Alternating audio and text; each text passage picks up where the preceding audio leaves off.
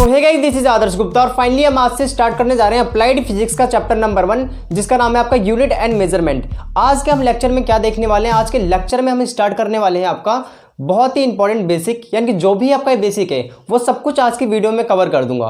फिर उसके आने वाली वीडियोस में हम उसके आगे जितने भी आपके न्यूमेरिकल्स फॉर्म है, यानी कि जहां आपको प्रॉब्लम होगी हम वहां पे वो सारी चीज़ें क्लियर कर रहे होंगे। तो सबसे पहले हम देख लेते हैं आज का हमारा गोल क्या है, क्योंकि एक चीज़ और मैं आपको क्लियर कर दूँ, जो आपका यूनिट और डायमेंशन का चैप्टर है ये बहुत ज़्यादा इंपॉर्टेंट है और इसका वेटेज जो है आपका बहुत ज़्यादा है। तो इससे पहले मैं आपको सजेस्ट करूँगा, अगर आपने मेरी एनालिसिस ऑफ सिलेबस की वीडियो नहीं देखी है तो डिस्क्रिप्शन में लिंक है, प्लीज़ आप उसे पहले देख ले एटलीस्ट। तो चलिए हम पहले वीडियो को स्टार्ट करते हैं और देख लेते हैं हमारा आज का गोल क्या है। गोल में टुडेस गोल में सबसे पहले हमें पढ़ना है कि डेफिनेशन क्या है आपकी अप्लाइड फिजिक्स की। फिर नेक्स्ट है आपका फिजिकल क्वांटिटीज और उसके टाइप, यानी कि फिजिकल क्वांटिटीज क्या होते हैं और उसके कितने टाइप्स के हैं। और साथ में हम फिर पढ़ेंगे यूनिट और उसकी प्रॉपर्टीज, यानी कि यूनिट्स क्या है और उसकी प्रॉपर्टी क्या क्या होती है। फिर नेक्स्ट हम पढ़ेंगे टाइप्स ऑफ यूनिट, यानी कि यूनिट कितने प्रकार की होती है, हम ये पढ़ेंगे। फिर नेक्स्ट आपका सिस्टम ऑफ यूनिट, यानी कि सिस्टम ऑफ यूनिट कितने टाइप्स के, इसके बारे में भी हम पढ़ेंगे। पहले सिस्टम ऑफ यूनिट क्या होता है, फिर ये कितने टाइप्स के होते हैं। तो ये सारा कुछ हमें पढ़ना है, ये पूरा आपका बेसिक है, इसको आज हम कंप्लीट कर रहे होंगे। आज ये थोड़ा सा इंट्रोडक्टिव पार्ट है, यानी बेसिक इंट्रोडक्शन है, आप प्लीज इसको इतना नोट करेंगे। सो स्टूडेंट, जैसा कि आपने देखा आज का जो लेक्चर है हमारा बहुत ज्यादा बेसिक होने वाला है। अब नेक्स्ट लेक्चर पे अपने न्यूमेरिकल पार्ट कर रहे होंगे, तो आप सबसे रिक्वेस्ट है कि बेसिक इंट्रोडक्शन आप ठीक तरीके से देखा कीजिए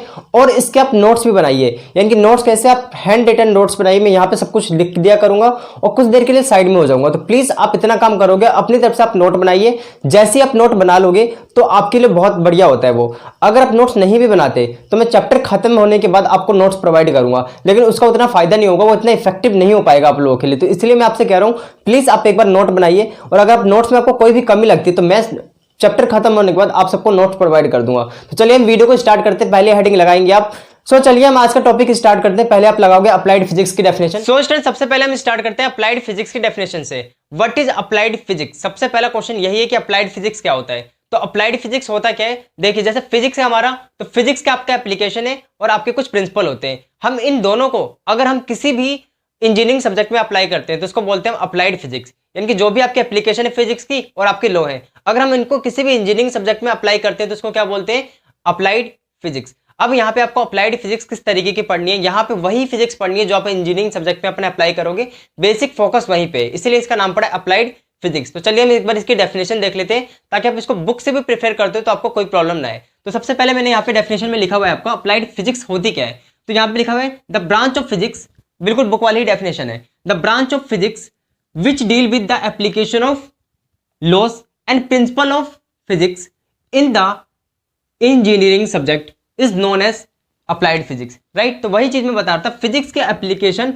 और आपके प्रिंसिपल्स जो हम इंजीनियरिंग सब्जेक्ट में अप्लाई करें उसको हम क्या बोलते हैं, अप्लाइड फिजिक्स, राइट। ये डेफिनेशन आपकी क्लियर हो गई।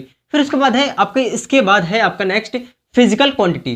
What is physical quantities? देखो जिस भी क्वांटिटी को आप मेजर कर पाओ उसको हम क्या बोलते हैं, फिजिकल क्वांटिटी। जैसे कि आपका मास हो गया, मास को आप मेजर कर सकते हो, कर सकते हैं। जैसे हमारा वेट कितना है, 1 kg 2 kg 3 kg, तो हम इसको मेजर कर सकते हैं। तो जिन भी चीजों को आप मेजर कर सकते हो उसको बोलते हैं फिजिकल क्वांटिटी। फॉर एग्जाम्पल मैंने यहाँ पे लिखा हुआ है आपका हो गया मास, लेंथ, टाइम को भी मेजर कर सकते हैं, फिर वेलोसिटी एंड एक्सेट्रा। फिर नेक्स्ट है आपका मेजरमेंट। तो मेजरमेंट क्या होता है, मेजरमेंट बेसिकली होता है, measurement is the technique to determine the value of any physical quantity, यानी कि अगर हम किसी भी फिजिकल क्वांटिटी की वैल्यू को डिटरमाइन करने के प्रोसेस को या फिर टेक्निक को हम क्या बोलते हैं, मेजरमेंट। जैसे कोई भी फिजिकल क्वांटिटी है, मान लो मेरे पे ये मार्कर है, मार्कर की लेंथ निकालनी, तो मैंने इसको नापा, नापने पे मान लो ये आया आपका कुछ 15 सेंटीमीटर 13 सेंटीमीटर, तो ये क्या है आपका, ये हमने इसको नापा ना। नापने का जो मेथड है हमारा, किससे नापेंगे, स्केल से नापेंगे। तो जो मेथड होता है, टेक्निक होती है हमारी नापने की किसी चीज को, उसको बोलते हैं मेजरमेंट। और आपको ध्यान रखना है यहाँ पे, जब भी जैसे मैंने इसको बोला कि 13 सेंटीमीटर का हो सकता है, 15 सेंटीमीटर का हो सकता है, तो यहाँ पे ध्यान दो कि जो मैंने 13 सेंटीमीटर बोला है इसमें दो चीजें हैं। एक तो है आपका numerical factor, 13 is numerical factor, और आपकी इसकी यूनिट क्या है, सेंटीमीटर। ये मीटर में भी तो हो सकता है, मीटर में हम इसको लिख सकते हैं 0.13 मीटर, तो ये क्या हो जाएगी इसकी अब न्यूमेरिकल फैक्टर। और ये जो है आपका मीटर वो क्या है, यूनिट है, यूनिट। जैसे यहाँ पे देखिए फॉर एग्जांपल 1 मीटर, 1 क्या है आपका न्यूमेरिकल फैक्टर और मीटर क्या है, यूनिट है। तो ये आपको ध्यान होना चाहिए। मेजरमेंट मैंने आपको क्लियर कर दिया, प्लीज इतना नोट करो, फिर हम आगे करते हैं। 1 2 3। सो स्टूडेंट, अब हमारा नेक्स्ट टॉपिक है टाइप ऑफ फिजिकल क्वांटिटीज, यानी कि फिजिकल क्वांटिटीज कितने तरीके की होती हैं। सबसे पहले ऑन द बेसिस हम देखेंगे on the basis of unit, यानी कि यूनिट की बेस पे कितने तरीके की है। तो बेसिकली आपके दो तरीके की है, एक तो फंडामेंटल है और एक ड्राइव्ड है। व्हाट इज फंडामेंटल क्वांटिटीज और व्हाट इज ड्राइव्ड क्वांटिटीज। इसको मैं आपको एक्सप्लेन करता हूँ। सबसे पहले हम स्टार्ट करते हैं फंडामेंटल क्वांटिटीज से। तो देखिए फंडामेंटल क्वांटिटीज क्या होता है। फंडामेंटल क्वांटिटीज वो क्वांटिटीज होती है जो किसी पे डिपेंड नहीं करती, मतलब किसी और राशि या फिर किसी और क्वांटिटी पे डिपेंड नहीं करती। भैया कैसी राशि है ये, जैसे कि आपका मास हो गया, मास का किस चीज पे डिपेंड करता, नहीं करता। ठीक है, इसी तरीके से टाइम हो गया, क्या भैया टाइम किस चीज पे डिपेंड करता, नहीं करता। टाइम तो अपना जाता ही रहेगा, ठीक है, किसी पे डिपेंड कर रहा है नहीं, राइट। इनकी किसी और फिजिकल क्वांटिटीज पे कोई क्वांटिटी डिपेंड ना करे तो उसको बोलते हैं fundamental quantities, right. For example mass, length and time, इन तीनों को आपको ध्यान रखना है। ये ऐसी क्वांटिटीज है जो किसी पे डिपेंड नहीं करती हैं। फिर उसके बाद है आपका ड्राइव्ड क्वांटिटीज। तो ड्राइव क्वांटिटीज क्या होते हैं, ड्राइव क्वांटिटीज ऐसी क्वांटिटीज होती है जो किसी पे डिपेंड करता है, मतलब अगर वो चेंज हो जाएगा, मतलब दूसरी क्वांटिटी अगर चेंज होगी तो ये वाली भी आपकी चेंज हो जाएगी। कैसे भैया, कुछ एग्जांपल दो। जैसे कि आपका एरिया, एरिया क्या होता है आपका, साइड इंटू साइड। मान के चलो स्क्वायर का एरिया क्या होता है आपका, साइड इंटू साइड। अगर मैं साइड को बढ़ाऊं तो आपका एरिया भी बढ़ेगा, तो एक फिजिकल क्वांटिटीज के बढ़ने पे दूसरी भी बढ़ रही है, यानी कि डिपेंड कर रही है भैया। इसका मतलब क्या है कि ये हो गई आपकी ड्राइव्ड फिजिकल क्वांटिटीज। ऐसी क्वांटिटीज जो किसी और फिजिकल क्वांटिटी पे डिपेंड करती है उसको बोलते हैं ड्राइव्ड फिजिकल क्वांटिटीज, राइट। जैसे कि फॉर एग्जांपल एक और देख लेते हैं हम, वेलोसिटी। जैसे आप देख सकते हो स्टूडेंट, वेलोसिटी आपका क्या होता है, वेलोसिटी की यूनिट आपको पता होगी मीटर पर सेकेंड, राइट, मीटर पर सेकेंड। यहां पे बोल सकते हो मीटर क्या है आपका, लेंथ होता है, नीचे क्या आएगा, टाइम। तो आप बोल सकते हो कि जो वेलोसिटी है आपकी किस पे डिपेंड कर रही है। वेलोसिटी होता क्या एक्चुअली, यहां पे मैं आपसे पूछना चाहूंगा, व्हाट इज वेलोसिटी, बताओ वेलोसिटी क्या होती है। वेलोसिटी होता है आपका displacement upon time, displacement upon time. कोई हिंदी मीडियम का बच्चा देख रहा हो तो वेग बराबर होता है आपका विस्थापन अपॉन समय, ठीक है, विस्थापन बटा समय, ये चीज ध्यान रखो, राइट। तो डिस्प्लेसमेंट अपॉन टाइम। अब यहाँ पे देखो डिस्प्लेसमेंट, अगर ये डिस्प्लेसमेंट का मतलब है कि फाइनल पोजीशन से इनिशियल पोजीशन तक की दूरी, अगर ये दोनों चेंज होते हैं तो आपका ये भी वेलोसिटी भी चेंज होगा। यानी कि डिस्प्लेसमेंट जितना ज्यादा वेलोसिटी उतनी ज्यादा, टाइम जितना कम लगेगा वेलोसिटी उतनी ज्यादा, टाइम जितना ज्यादा वेलोसिटी उतनी कम, राइट। यानी कि इसके बढ़ने पर वेलोसिटी घट रहा है, इसके घटने पर वेलोसिटी बढ़ रहा है। यानी कि टाइम से कैसा है वेलोसिटी, इनवर्सली प्रोपोर्शनल है, और वेलोसिटी डिस्टेंस डिस्प्लेसमेंट के कैसे, इनवर्सली प्रोपोर्शनल है। यानी कि ये भी फिजिकल क्वांटिटी, ये भी फिजिकल क्वांटिटी, इस पर डिपेंड कर रहा है वेलोसिटी। तो velocity is derived quantity, right. Derived quantities होती है आपकी वेलोसिटी, ये चीज आपको क्लियर होनी चाहिए, राइट। तो मैं आपको ये चीज समझा दी कि दोनों चीजें आपको ध्यान होनी चाहिए कि फंडामेंटल क्वांटिटीज कौन सी होती है। फंडामेंटल क्वांटिटीज वो होती है जो किसी पे डिपेंड नहीं करती, और आपकी ड्राइव्ड कौन सी होती है जो किसी पे डिपेंड करती है। फॉर एग्जांपल वेलोसिटी, जैसे वेलोसिटी में अगर डिस्प्लेसमेंट जितना ज्यादा वेलोसिटी उतनी ज्यादा, टाइम जितना ज्यादा वेलोसिटी उतनी कम, टाइम जितना कम वेलोसिटी उतनी ज्यादा। कंफ्यूज तो नहीं हुए, राइट। इस तरीके से लिखे होने का ना मतलब ये होता है, जैसे मैंने आपको बताया कि वेलोसिटी इक्वल्स टू क्या होता है, लेंथ अपॉन टाइम, ठीक है, मेरा मतलब डिस्प्लेसमेंट अपॉन टाइम होता है, ठीक है वो, हाँ, डिस्प्लेसमेंट अपॉन टाइम, मतलब ऊपर वाली चीज बढ़ रही है तो ये भी बढ़ेगा, यानी कि इसके इनवर्सली प्रोपोर्शनल है। आप इतना भी छोड़ दो, सिर्फ इतना ध्यान रखो जो मैंने आपको बताया, यानी कि एक फिजिकल क्वांटिटी बढ़ने पर दूसरी भी बढ़े, यानी कि डिपेंड हो गई, तो हम उसको बोलेंगे ड्राइव्ड फिजिकल क्वांटिटीज, राइट। इतना नोट करो, फिर हम आगे बढ़ते हैं 1 2 3। सो स्टूडेंट, हमारा नेक्स्ट टॉपिक है type of physical quantities on the basis of direction and magnitude, यानी कि मैग्नीट्यूड और डायरेक्शन के बेस पर कितने आपके फिजिकल क्वांटिटीज होती हैं। तो दो होती है, आपको ध्यान रखना है, पहला है आपका स्केलर और सेकंड है आपका वेक्टर। तो स्केलर क्या होता है आपको मैं बिल्कुल डिटेल में एक्सप्लेन करता हूं।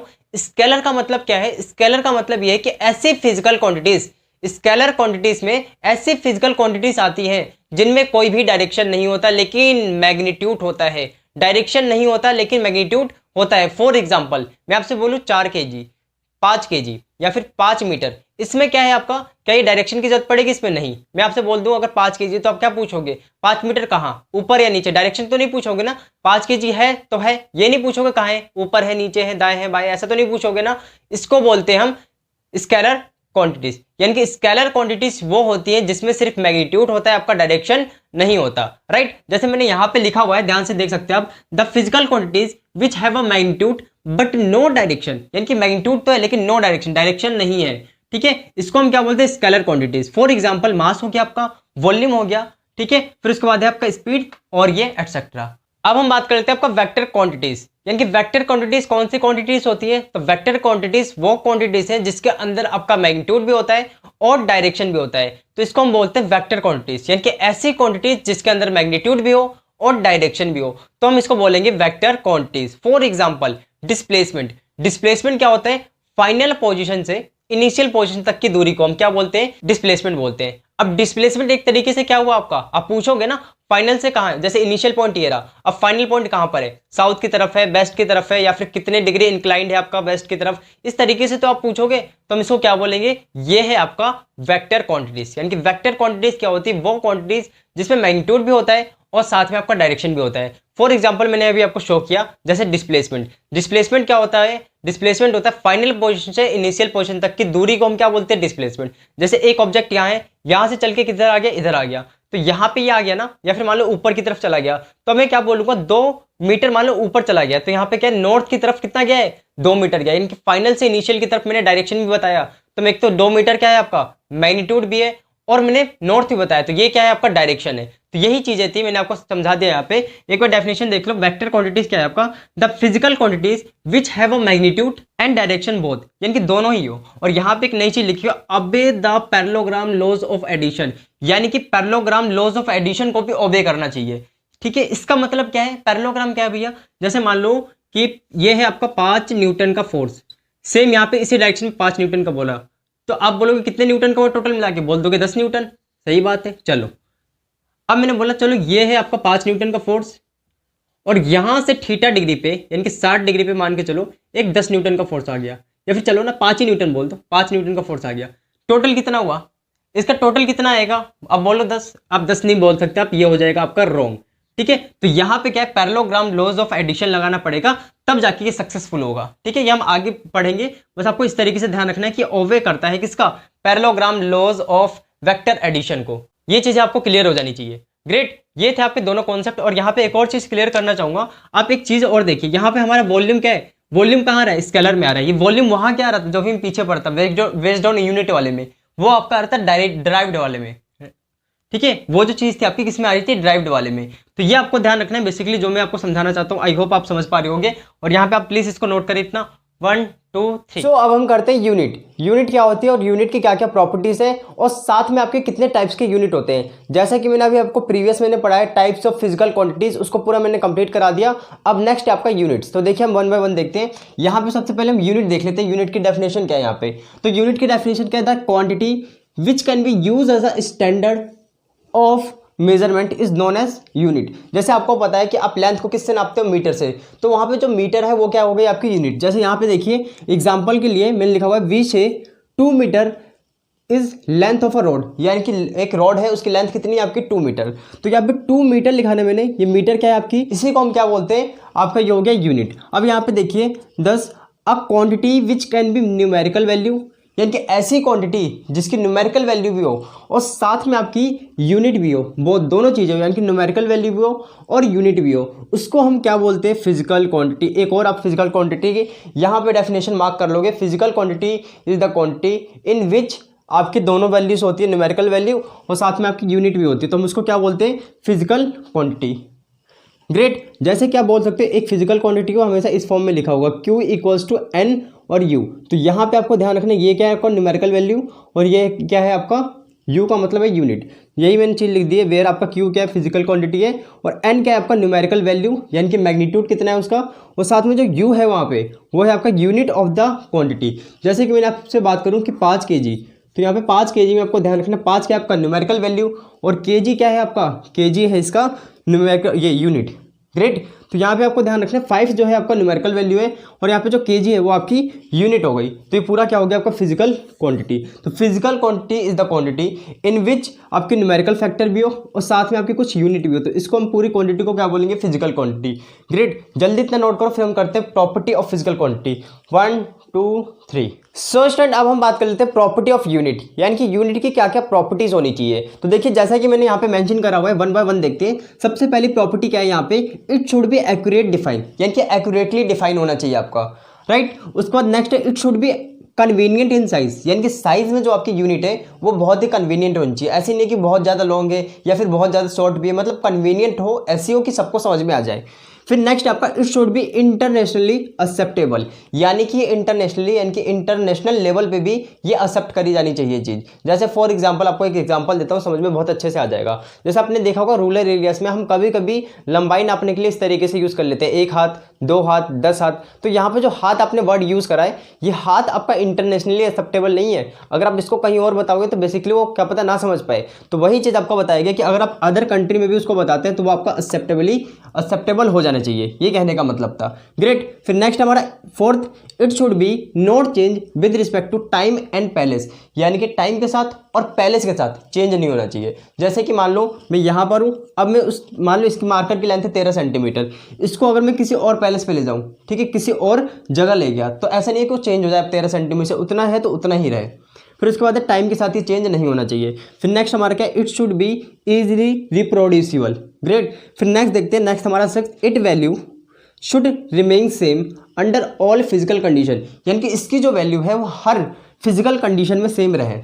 जैसे आपका टेम्परेचर हो गया, प्रेशर हो गया, एटसेट्रा, इन सब के बढ़ने या घटने पे उसकी वैल्यू में कोई भी गिरावट ना है। तो वही चीज़ बोल रहे थे कि इनकी जो आपकी यूनिट है वो सेम रहे, चाहे आपकी टेम्परेचर घट जाए या बढ़ जाए, फिजिकल कंडीशन पर डिपेंड ना करे। यही चीज़ यहाँ पे मेंशन है। तो सबसे पहले एक बार और रिवाइज कर लो। पहली चीज़ ये थी कि एक्यूरेटली डिफाइन होना चाहिए, कन्वीनियंट इन साइज होना चाहिए। फिर नेक्स्ट आपका इंटरनेशनली एक्सेप्टेबल होना चाहिए, टाइम और पैलेस के साथ चेंज नहीं होना चाहिए, और ये इजीली रिप्रोड्यूसिबल होना चाहिए। फिर नेक्स्ट आपका सिक्स में ये था कि किसी भी फिजिकल कंडीशन के साथ चेंज नहीं होना चाहिए। तो ये आपको 6 अपनी प्रॉपर्टीज याद रखनी है और ये पेपर में आता है। ग्रेट। फिर हम बात करते हैं अपना next topic, type of units की। प्लीज आप इतना नोट करो, 1 2 3। सो स्टूडेंट हमारा नेक्स्ट टॉपिक है टाइप ऑफ यूनिट्स। तो हम यहाँ पे देखते हैं टाइप्स ऑफ यूनिट आपके 3 प्रकार के होते हैं, यानी कि 3 टाइप्स आपके। बेसिकली आप इसको ध्यान रखना। सबसे पहले आपका फंडामेंटल यूनिट्स, ड्राइव्ड यूनिट, और उसके बाद आपका सप्लीमेंट्री यूनिट। इन दोनों को आप बेसिकली जानते होंगे। यहाँ पे प्रॉब्लम होती है सप्लीमेंट्री यूनिट की, तो मैं आपको पूरा डिटेल में एक्सप्लेन करूंगा। प्लीज आप पूरा देखना वीडियो को, ताकि आपको सारी चीजें, सारा बेसिक क्लियर हो जाए। उसके बाद हम देखते हैं सबसे पहले है आपका फंडामेंटल यूनिट्स। तो देखिए फंडामेंटल यूनिट्स क्या होती है, यहाँ पे लिखा हुआ मैंने, the units which are use for the measurement of fundamental quantities is known as fundamental unit, यानी कि वो यूनिट्स जो फंडामेंटल क्वांटिटीज को मेजर करने के काम है, उसको हम बोलते हैं फंडामेंटल यूनिट्स। जैसे कि मैं बात करूं, हमारा मास क्या है, आपका मास है, हमारा टाइम हो गया, एंड आपकी लेंथ हो गई। ये सब क्या है, आपकी फंडामेंटल क्वांटिटीज। इनको जो मेजर करने में यूनिट काम आती है, इसमें कौन सी आती है आपकी केजी, इसमें कौन सी आती है टाइम को हम लिखते हैं सेकंड से, फिर लेंथ को हम लिखते हैं किससे, मीटर से। तो ये जो है आपकी यूनिट्स, जो आपकी फंडामेंटल क्वांटिटीज को मेजर करने के काम आ रही है, उसको हम क्या कहते हैं, फंडामेंटल यूनिट्स। ग्रेट। फिर उसके बाद आपका क्या है, ड्राइव्ड यूनिट। ड्राइव्ड यूनिट क्या लिखा हुआ है यहाँ पे, the unit which are use for the measurement of derived quantities, यानी कि ऐसी यूनिट जो ड्राइव्ड क्वांटिटीज को मेजर करने का काम है, उसको हम क्या बोलते हैं, आपकी है ड्राइव्ड यूनिट। यानी कि ड्राइव्ड यूनिट वो यूनिट होती है जो ड्राइव्ड क्वांटिटी को मेजर करने का काम आती है। जैसे कि फॉर एग्जाम्पल आपकी मैं अगर बात करूँ स्पीड, तो आपका स्पीड बराबर क्या होता है, डिस्टेंस अपॉन टाइम। ठीक है, डिस्टेंस अपॉन टाइम, यहाँ पे टाइम लिखूंगा मैं। अब यहाँ पे देखिए, अगर मैं इसकी यूनिट की बात करूँ तो आपका क्या लिखोगे आप, unit of speed is equals to unit of distance, और नीचे क्या आएगा, यूनिट ऑफ टाइम।